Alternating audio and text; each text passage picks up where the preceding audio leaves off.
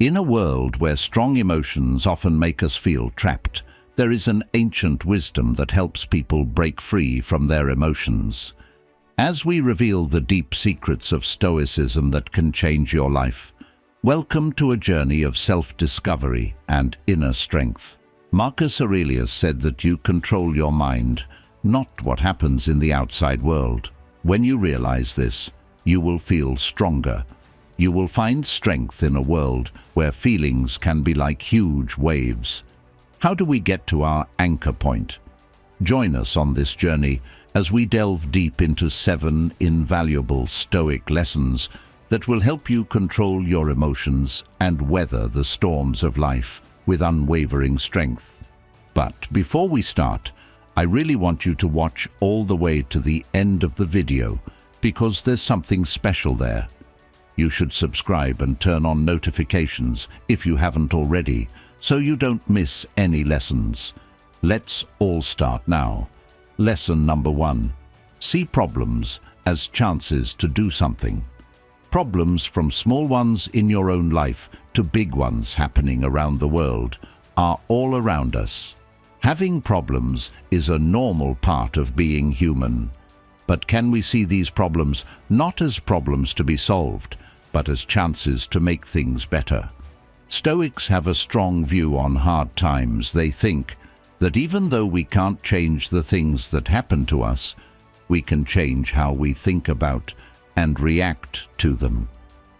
With this new way of looking at things, problems become lessons instead of just problems.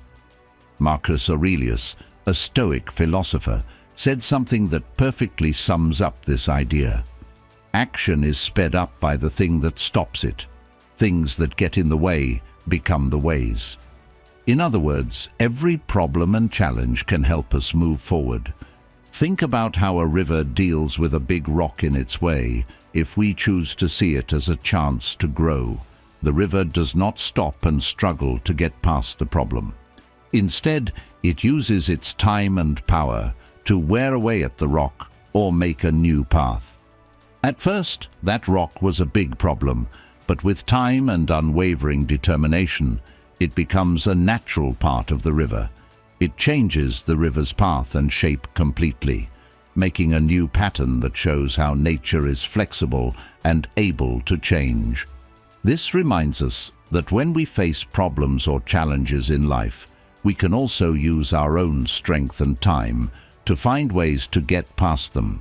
They can become opportunities and things that change our journey in the end. In the same way, problems in our lives can change our paths and often lead to results we didn't expect. An example of this is when someone loses their job. After being a tragedy at first, it can lead them down a new career path. It can give them chances to improve themselves, learn new skills, and get into new places. People who lose their jobs may even use the time to learn more about themselves, start their own business, and follow their personal goals and passions. There are many times when problems and changes can lead to success and opportunities we couldn't have imagined. You can grow as a person, learn more about yourself, and have deeper, more meaningful relationships in the future after a relationship ends. Having a Stoic attitude also helps you be more patient. When we see problems as chances to learn and grow, we are more open to change and ready to face problems head-on. We start to ask, what can I learn from this?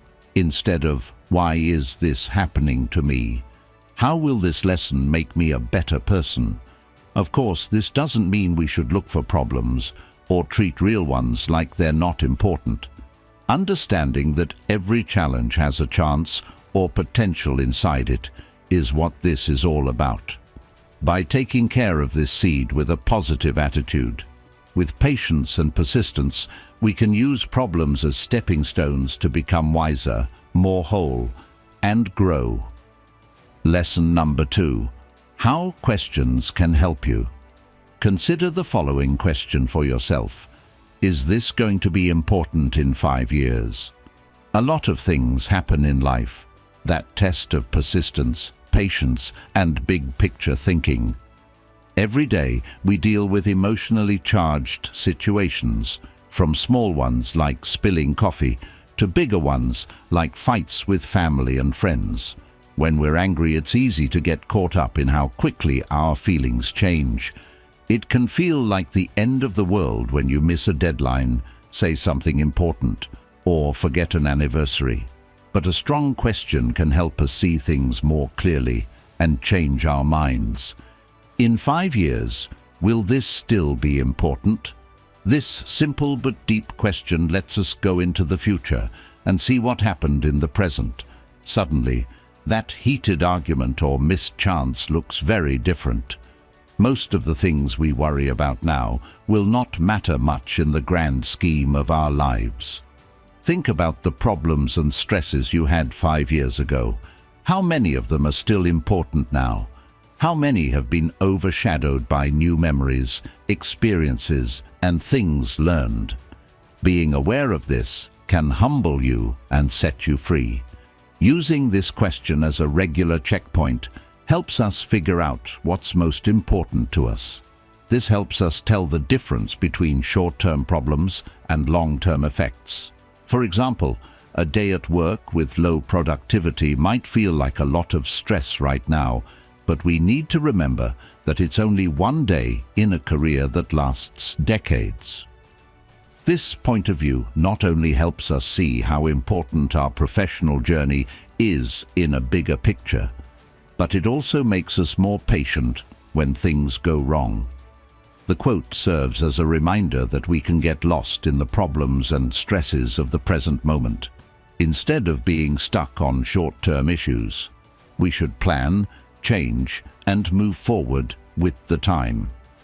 When we keep our cool and look at the bigger picture, we need to remember that time often brings clarity and answers to the problems we face. We can make people less anxious and help them solve problems better. And this isn't just an attempt to play down our worries, though. This question also makes us think about what's important. Investing in relationships, personal growth, and experiences that will last is important if we want the choices and actions we make to mean something in the long run. We live in a world that is very focused on the present. Why is this question important? If we want to find meaning and peace in our lives, the next 5 years will show us the way. We can handle the ups and downs of life with grace by coming back to this question often. This will help us keep our energy and attention on what really matters. Lesson number 3. Know the things you can change. Have you ever been caught in a storm? Not the storms with rain and thunder, but the storms of life, like those that come up out of the blue, let you down, or cause sudden changes. People who lived in ancient Greece and Rome and were called Stoics had a lesson that feels like a lifeline in these rough times: the two sides of control. Think about this. You've done everything you can to get ready for an outdoor event, but it rains. No matter how much you want to, you can't change the weather now. But how you feel about the rain is completely up to you. You could be sad and angry, or you could figure out a way to deal with it.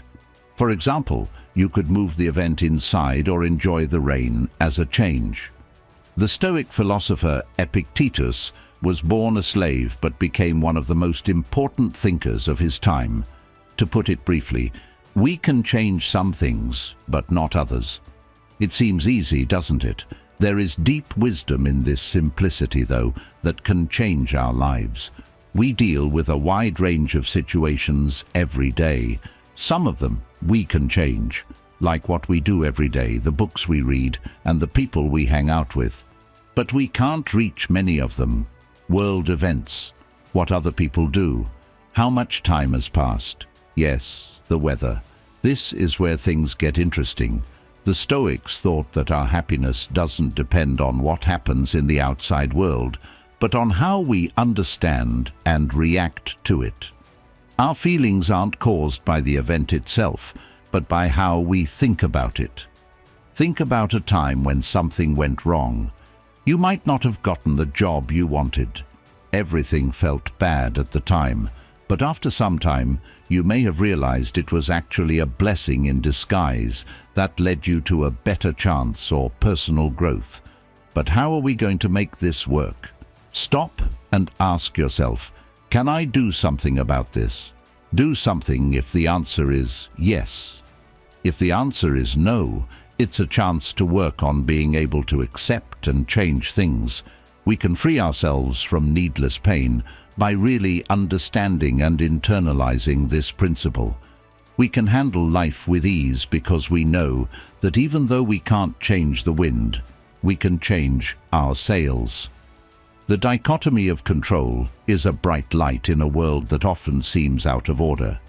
It reminds us to put our energy where it counts most and to enjoy the peace that comes with knowing that some things are out of our control. Lesson number 4. Think before you act. It may seem like a thing of the past to reflect in this digital age, where instant gratification is valued. So, taking the time to think and pause can be our saving grace in a world where we need to act quickly. Think about how many times we have to make choices, big and small. There are a lot of options, from picking out a meal at a restaurant to picking a career path. But it's not just how big these choices are that matters. It has to do with how we talk to them. Let's look at a common situation where someone reads a message that makes them angry. Someone at work might be questioning your work, or a friend might make a casual comment.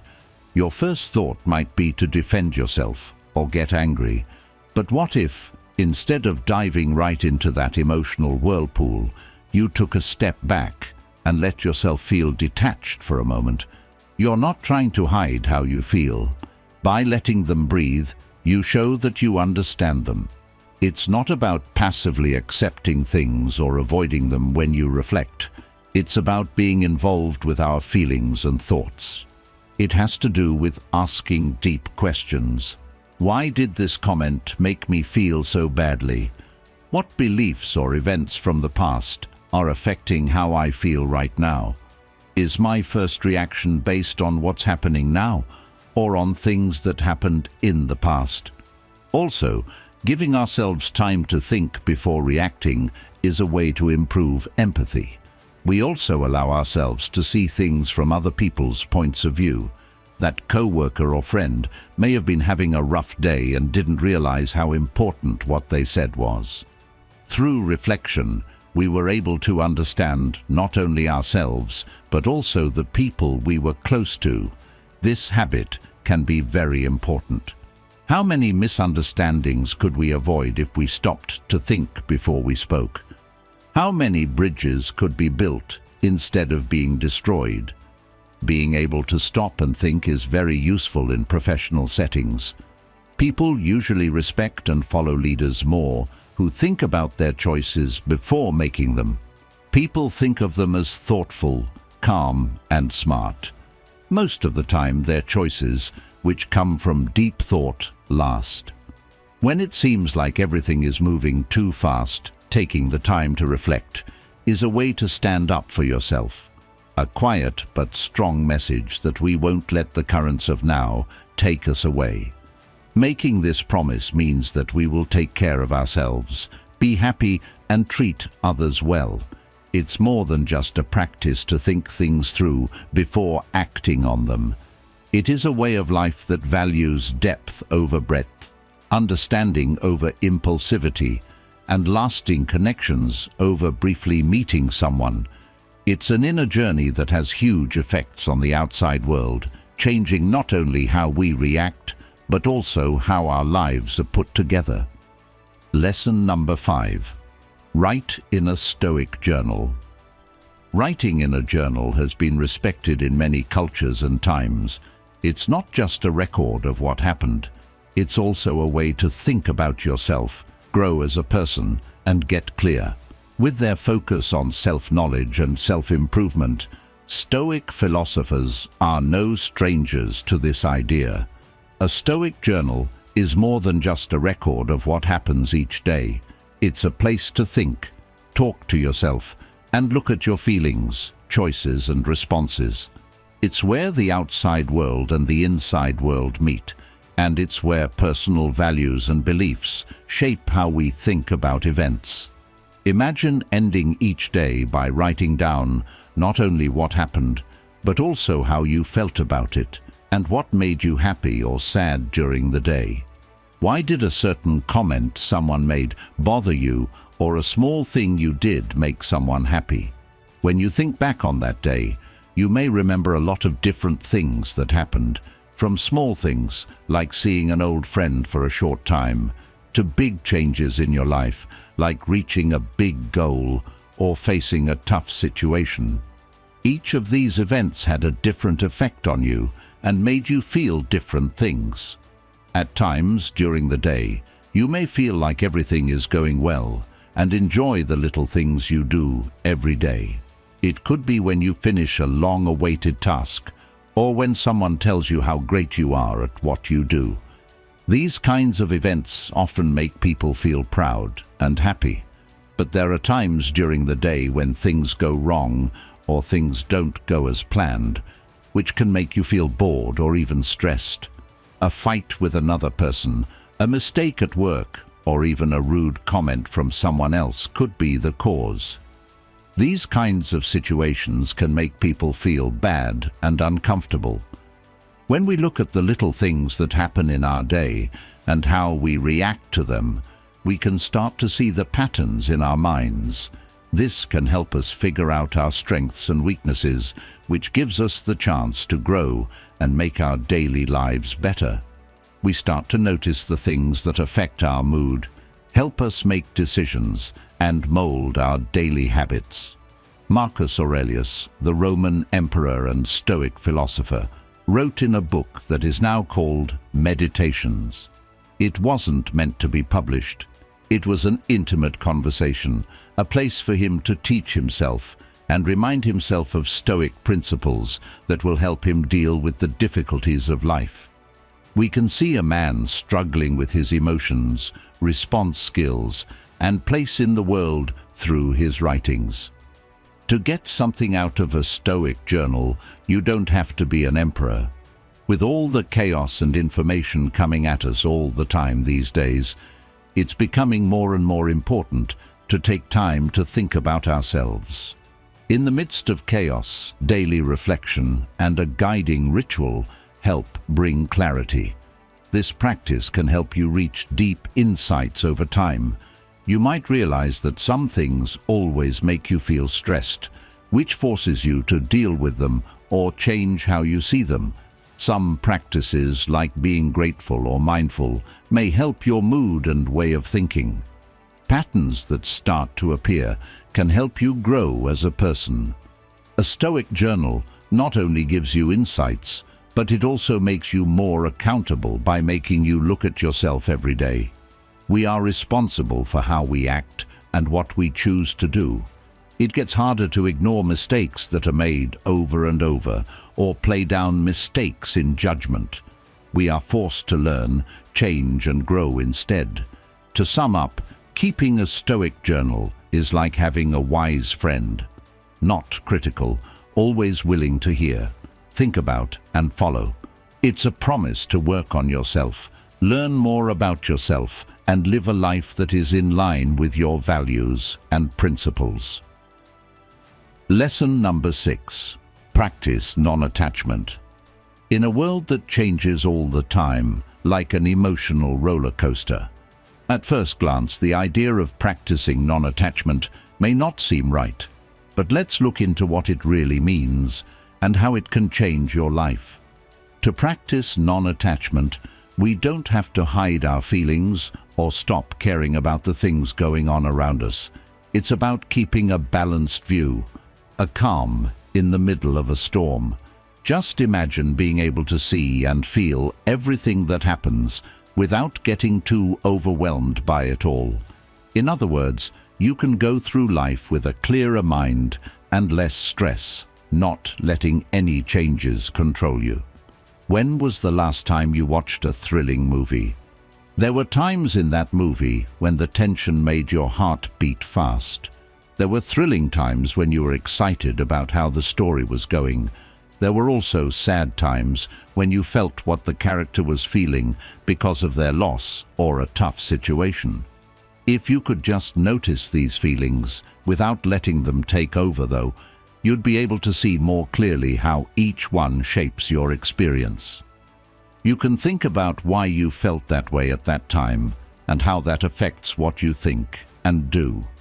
It's possible that this skill will help you better control your feelings and make smarter choices in your daily life. You can learn to enjoy exciting times without getting too excited about them, and you can also get better at dealing with tough feelings. Even though you're interested in the story, you know it's only a movie. You don't rush to help the main character or comfort characters who are crying. You pay attention and feel, but you don't move. At its core, this is what it means to practice non-attachment. Going through all of life's feelings and knowing when to stay in the seat of your soul are both important.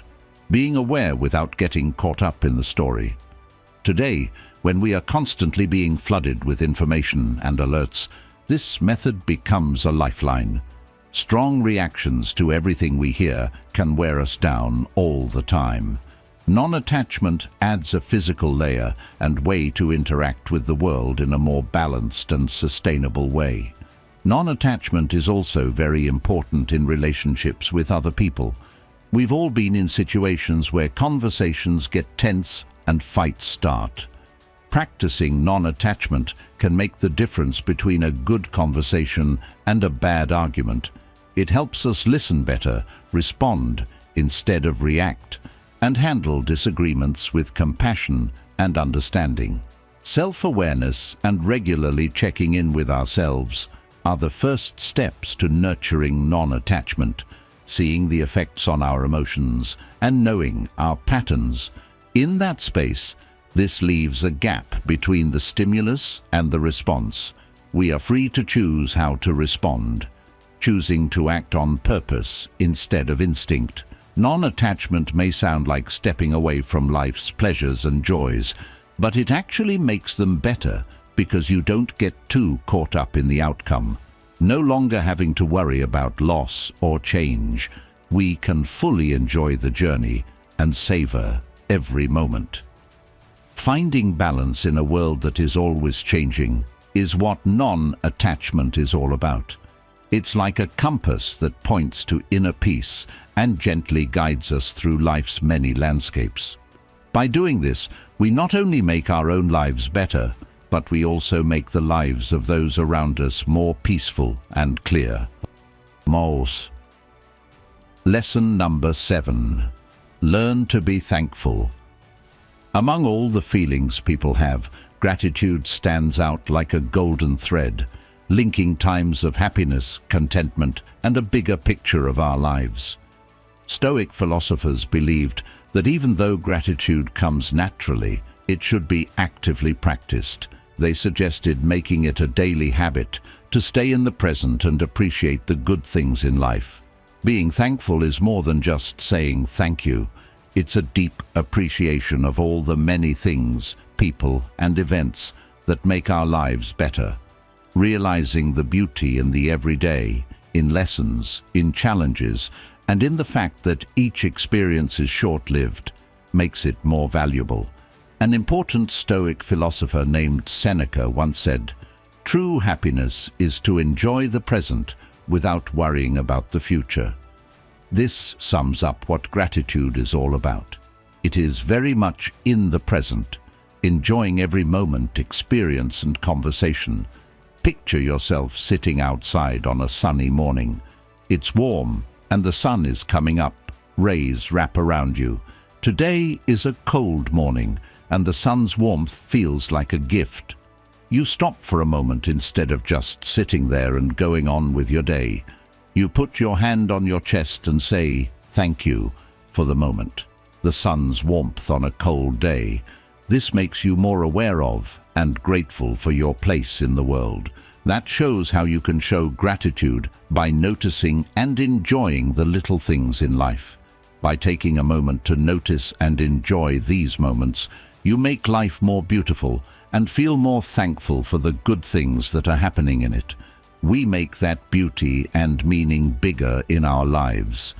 Another benefit of practicing gratitude is that it keeps you from focusing on what's missing, like unmet needs or unknown futures. By not focusing on what we don't have, but on what we do have, we make people happier, less envious or angry, and better off overall. You might be wondering how to put this into practice. It can be as easy as writing down 3 things you're thankful for every morning or every night. Over time, it can change the way you see things, making you more open to life's blessings and stronger when things go wrong. Expressing gratitude for acts of kindness, support, or love received from others also makes relationships stronger. In a world where getting more of everything, from things to wants, is becoming more and more important, we strengthen relationships, encourage mutual respect, and make a positive loop of love and goodwill. Being thankful is a great way to remember how good our lives are. In this message, we are asked to enjoy the present moment, accept life completely, and walk through life with a heart full of thanks. Every night, as the sun goes down behind the eastern horizon, we leave behind the echoes of old wisdom in a world full of problems today. The lessons we can learn from Stoic philosophy are very helpful as we plan for the future. We can use them to make the future meaningful and happy. We can't wait to hear your ideas and stories about how you use these lessons in your everyday life. Please write your ideas and thoughts in the space below. On this journey to find ourselves, we can share and learn from each other. Our last thought is to thank you very much for coming to join us. We hope that this video has taught you something useful and made you want to keep learning. On your journey, don't stop learning new things. Keep your feet on the ground and your curiosity alive.